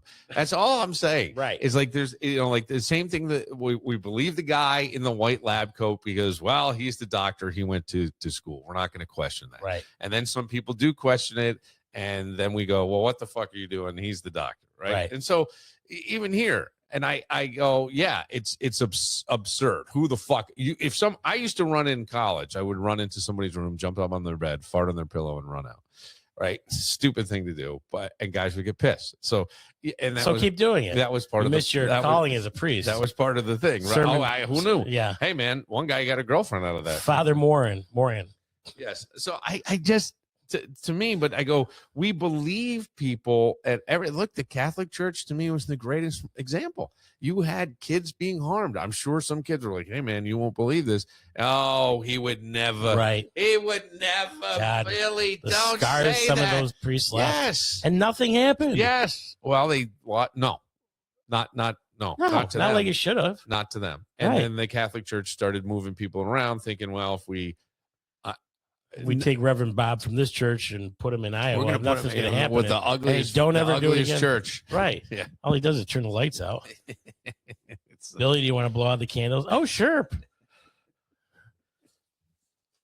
I shouldn't laugh at that, but I mean, you're right. And that's my point, is that we just believe people blindly. Right. This is an absurd example, but take it away. You can think of anything that maybe you believe something at some point or believed. I don't mean that like faith wise, but let's say there was somebody you believed in that was going to, make it. He had these big drama. I'm on your bandwagon, buddy. I got to give you some money. I'm going to do this. And the next thing you know, it's like he just disappears or whatever happened. And I that's why I said Ponzi scheme, because there's a lot of, like the Bernie Madoff stuff. I mean, that hurt the New York Mets. Bernie Madoff. He was the guy who ran a big Ponzi scheme. And when it all came crashing down, it was devastating to many, many, many people because they thought they had money and it was all just a shell game for him. And then it came crashing down and he wound up in, I think he died, but he was in prison for an extremely long time. And I don't know that anybody really, I don't think people pull this shit alone. So I think there's other people who are aware, but I think that circle's tight and small, tight and small, the way I like it. And that was coming. But yeah, and I do. But that guy, it was the New York Mets. It was all these, they lost fucking millions of dollars. Yeah. It was with the New York Mets. He had an investment firm and he ran a Ponzi scheme where he was saying, Doug, I can turn your $25,000 into $100,000 in a real brief time. We've got a great track record. Look at this is our stuff. Here's our clients. Here's who we got. Boom, give me your money. And he did that. And what he would do is go live off of it and then get somebody else and then take their money and pay you back. Right. I know that instead. Scheme. And then I didn't know how the Mets were involved. The Mets invested. They bought, they were. It was at the time like a payroll. Like a lot of times, if you're part of a union or whatever, they invest or they invest your pension. Right. So over years, they did that. He fucking wiped out people's pensions. That's terrible. Like, wiped it out, Doug. It was gone. And it never comes back, right? No. Enron was another one, right? Yeah. Well, I don't know how that maybe I don't remember that one as well, but yes. Terrible. And so you go, what in the fuck? But yet we believed this guy. Why? Because he came in and spoke confidently and had this track record. And I don't know finances as well. My job is, teaching classes or whatever it is. And that's it. What you believe in. Yeah. Right. And I go, okay, a guy farting on me to heal me? Not so much. But these other things, I think it's just sort of a universal thing. Right. That's all. You get the title, get the job. There you go. I would actually, I got to tell you this. Tell me. I may. You may. If this were happening even in our area, I may go to that church and let them fart at me. Why? Because I would want to film it. You want to experience it? I want to film it. I want to see all the people. I want to see who's buying into it. I want to know who's in front of you, who's behind you. 100%. Hey, what are you here for? I got a turf toe. I get hemorrhoids. Oh yeah, you too. Doug, I am so curious about human beings that I would want to go. And if I had to, should we put a GoFundMe for you so you can go down to South Africa? I don't want to go to South Africa. No, but you want to fly him here? Because I got so many. You have to get so many shots and things when you go to Africa. Do you really? Yeah. No. Yeah. No, I'm not going. I don't know about South Africa, but I'm pretty sure my mom has gone to Africa and stuff. And yeah. Yeah. So, the TT fly. Oh God, there's all kinds of just different things. Yeah. I know malaria is one. Ooh. Yeah. So it's. I went out with a malaria one. Did you? Mallory. Sorry. Go ahead. No, you didn't. I think I would go get farted on, and then I would be like, I don't know if I want to buy into it and go, it worked. Here's the other thing that's fucked up, and I'm going to say this because this is another scientifically proven thing. As I'm sitting here talking about it, okay, the placebo effect. Placebo.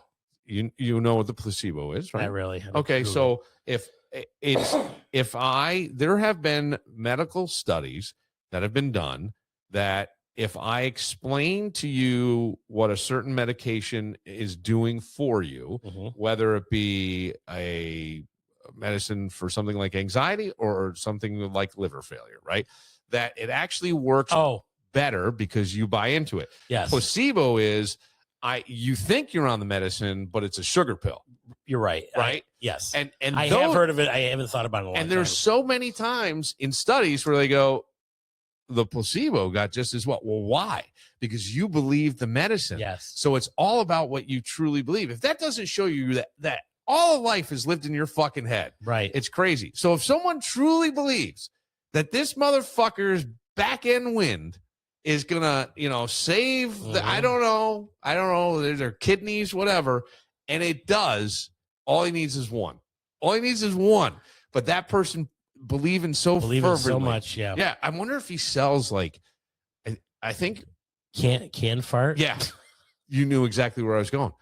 I'm wondering if he's got, I can't get to all you today, but please feel free. I rub my ass on all these handkerchiefs. Yes, $5 donation. Or please come in for a mere $25. We have jarred. I have farted in these jars, and it has been capped and sealed. What if he just has 15 fans behind him and drops his trowel and just farts on a whole congregation? Yeah, I'm healing everybody today. Yeah.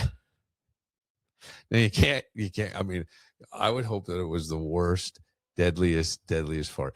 You know what would be a great experiment is seriously, take a ad out on Craigslist. I know it's not as popular as it used to be. Take an ad to be out, farted on, and just say that you are Pastor so and so, and you have had a visit from the Lord, and the Lord blessed your asshole. You were sleeping, and the Lord came down, thought your head was on the pillow, but you were at the other end of the bed. Blessed your asshole, and now, if you are desperate. If you have diabetes, glaucoma, can't walk, if you are dealing with, any kind of ailment, hemorrhoids, asteroids, low gas mileage, you come right over to my house. Dougie Fresh is going to put one on you. All you do is lay down, lift your shirt up. Excuse me. And we're going to make the Lord God come from my ass to your chest and heal you today. Excuse me. Breast cancer, whatever it is, you come and my back end, the wind that comes out of my back end. I could just say, let me rub one off on your chest, and there you go. Rub it into you. There you go. The I have the healing lotion. God. Yes. You could say I have got my patented 2-ball elixir. That will heal you. Terrible. We got Easter right around the corner. I understand, but my point is that people are desperate. People are desperate, and that is the part that this is where we get mad. But come on. Jim and Tammy Faye Baker, all the televangelists for fucking ever. Come on, right? Come the fuck on. So we've all. I mean, you got to hear Sam Kinison. I mean, if you ever remember him, oh God, he went off on the fucking Jerry's Kids. Yeah, right. He brought some kid out. And he goes, you're giving him a show. I mean, that's what you want. Yes, he took that, went to comedy, and Steve Martin. I don't ever, if you ever saw Leap of Faith, he plays an evangelist, a traveling pastor. With Deborah Winger, and Liam Neeson plays a cop, and they're having this talk outside his bus. He goes, "You know what? New York City, you get $60 for this show I just gave you." Yeah. He goes, "Right now, they're giving me $5, $10, and they're leaving feeling good about themselves." Right. that God is with them. Yeah. And what is the harm in that? None. None. In a way, right? I mean, Right. except for the fact that, I mean, how many people throughout the history of the world have used God in a bad way? Look, there are we've talked about natural healers and stuff. There are people that make money as shaman and Reiki and all that. Is there anything tangible? No. Can it help? It seemed to have been scientifically proven that yes, there are people who benefit from it. Is it everybody? No. Why? Because they probably don't fully buy in, and it is all about your mind. So that makes you say, can I heal myself? Do I have that own power to heal myself? And the answer is, I think, yes. I often think that the God conversation is fucked up. I think the Bible was misinterpreted in some ways, and it's been interpreted through so many languages. How could it not be? How could it not be? And written at different times in the world, the different times. So how could it not be? But I do think that they're finding more and more that Jesus is like, yeah, you're all made of the Father. You all have the same abilities as me. You all could do this, but you have to be focused, pure, divine, nothing else. And that's it. I don't know. But the error is human. Right. Well, so did he. He sinned. I mean, he did? Yeah. Oh, yeah. What did he do? He was weeping in the garden because he sinned, and I forgot what the sin was. I slapped Mary Magdalene on the ass. I don't remember, but there was something, and was she a prostitute? I'm not sure if Mary was, but there were prostitutes. Yes. We'll take a moment. I want to do something a little different. Okay. Yeah. And we'll get to that right after this.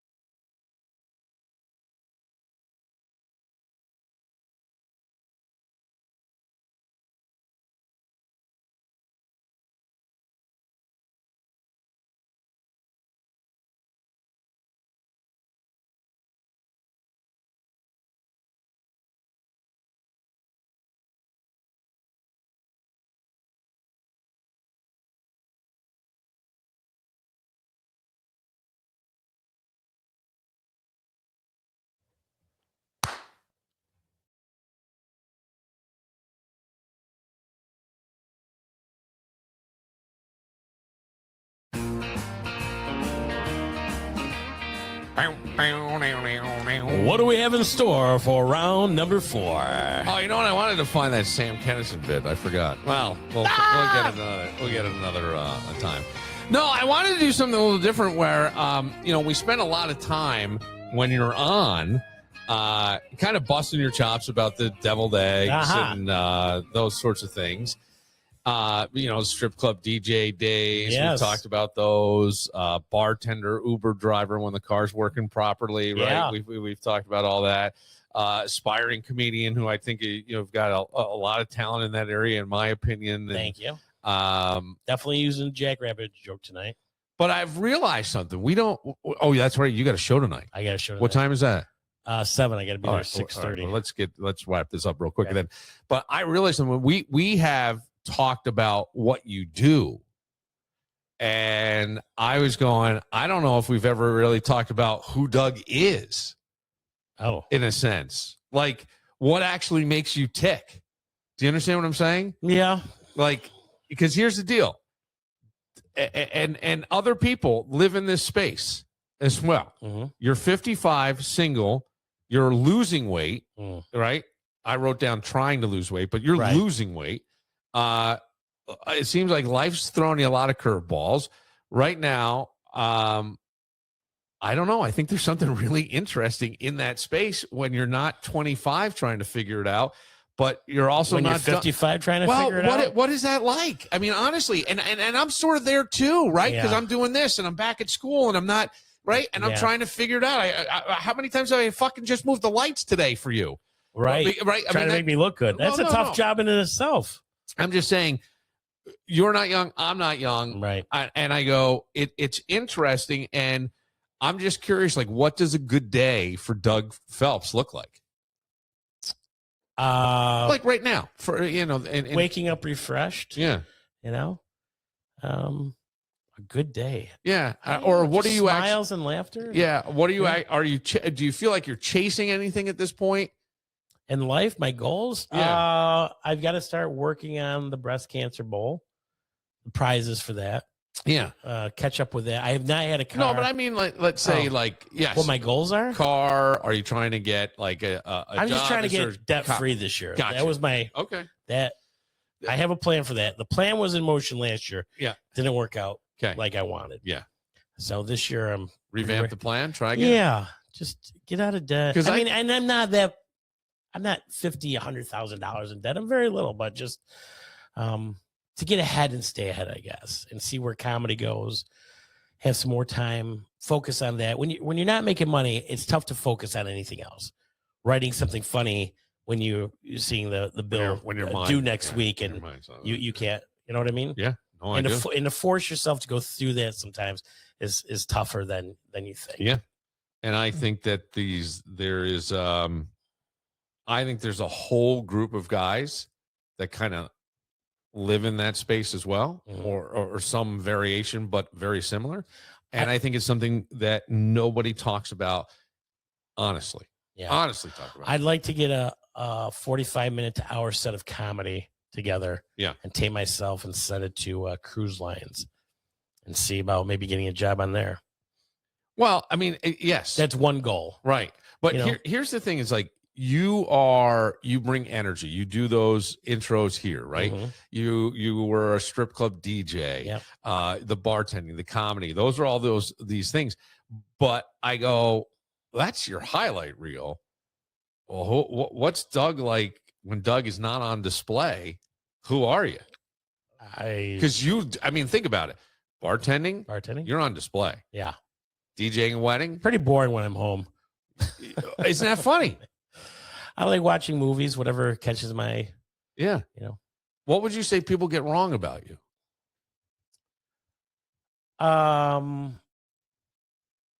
Is there anything? Yeah. I think when they say you shouldn't feel that way, you're mad. You're mad at me. Like, I'm not mad at you. I hate when people tell me my feelings. Right. Well, you're not saying anything. Well, it doesn't mean I'm mad at you. They misinterpret who I am. Right. And like, if I'm not joking or laughing, they know that I'm just, just one of those days, because I'm usually always joking or laughing. Right. And I've tried to tail that back. I don't always have to say something. There doesn't always have to be a joke. But what am I doing at home? I generally watching movies. Would you say you're more introverted than people would think? Yeah. Isn't that funny? Yeah. I'm not always on the go. Yeah. Because this is sort of, it's a contrast between that fun guy. I do get stir crazy and cabin fever and wish I'd be outside more. Okay. And not so much at a bar anymore, because I think that time has passed. But golfing or a casino or doing something. I always seem to want to be doing something. I found this week I was really getting bored without being able to work this week and trying to keep active. So is that the hardest part if you're being real? Yeah. Just not being able to be as active as. Right. I wrote some comedy down this week. How do you turn or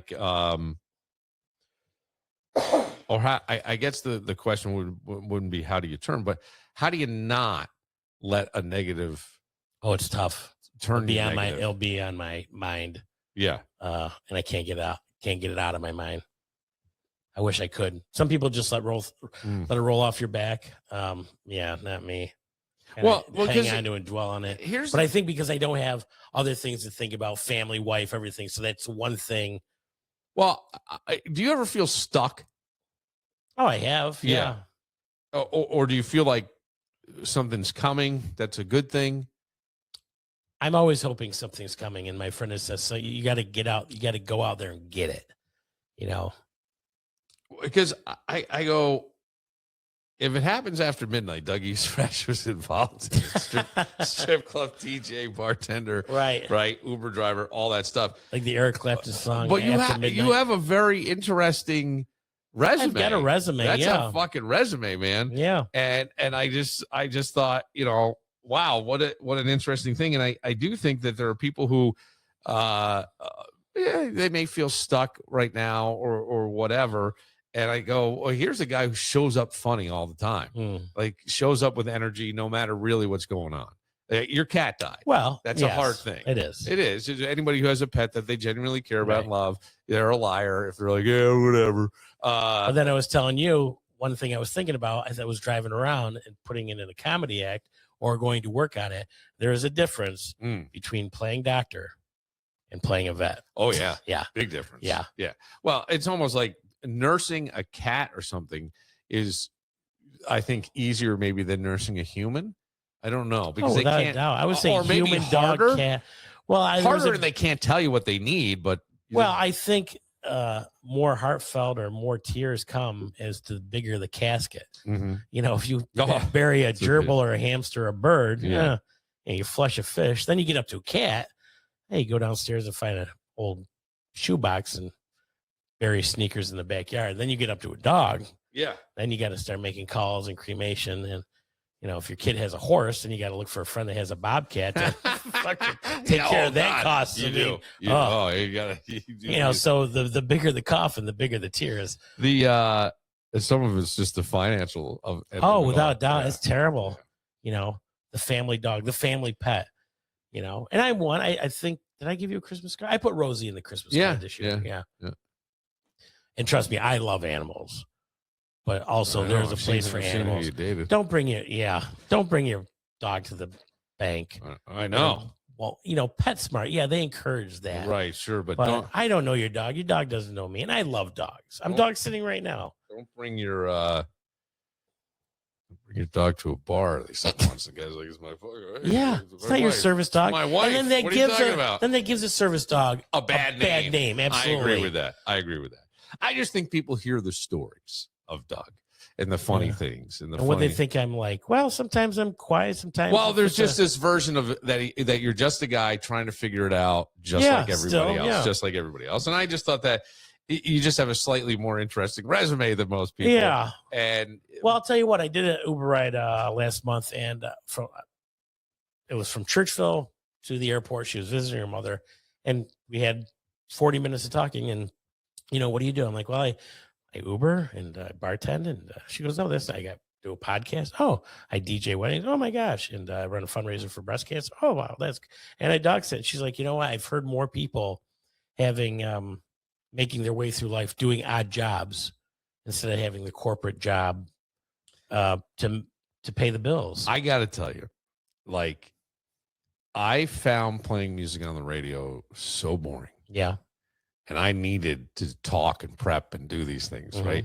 So and I did for a number of years. That was it. It was talk radio for me. And I often, and then out of that would come other things, comedy and, emceeing gigs and being here and being there. And it was never just being the radio personality. There was all this other stuff that went with it. And I think even now with not that I can't sit still. I could vegetate like any human, but I also feel like when I'm at my best, I have multiple things going on. Yeah. I have, the podcast, and we're getting others up and running, and I'm doing the grad school stuff, and I've got this and I got that. And it's just bing, bing. And I like that. I don't know why. I feel more. Well, I think it's easier for me when I have more stuff going on to balance those plates. Yeah. Right. Then I can't work, so I can't do this and I can't do that. But I am working. Then I'm going to make a list. I got to do this today. Right. I'm driving till 4:00. I'm going to go out and get donations till 6:00, and then I'm going to write some jokes from 7 to 8. And when you're multitasking, that's what you're used to, and that's what you feel more comfortable. Yeah. Not just watching TV all day. I was thinking about it this week. I'm like, I'd go out of my mind if I didn't have a job. Sure. Yeah. Well, I would go out of my mind if I had a job where I had to punch a clock. Yeah. That sometimes I just don't like that.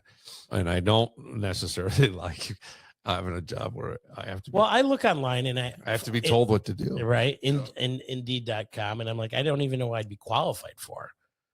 Yeah. Right. Right.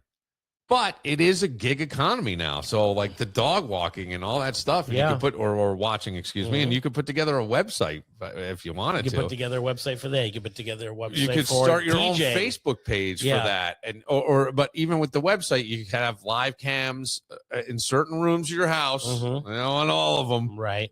Where you could see the dogs or whatever. Yeah. You know what I mean? If you want that in your bedroom, there you go. And then next thing I know, Doug's on OnlyFans and he's running with some dogs. And he's only roughs. Only wolves. Dougie Fresh. Woo! Thank you for your patience. Absolutely. Anything for you, my friend. I'm Bill Moran. We'll see you next time.